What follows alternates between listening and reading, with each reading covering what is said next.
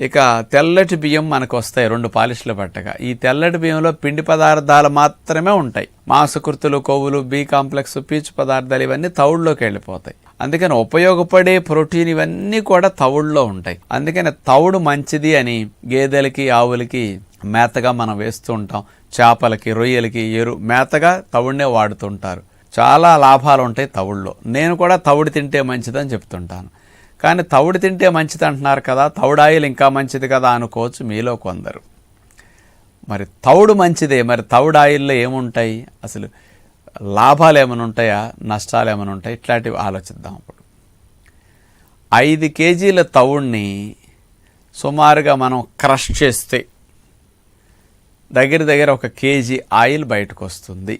ఈ rice bran oil తీసుకుంటే శక్తి 880 క్యాలరీల శక్తి 100 గ్రాముల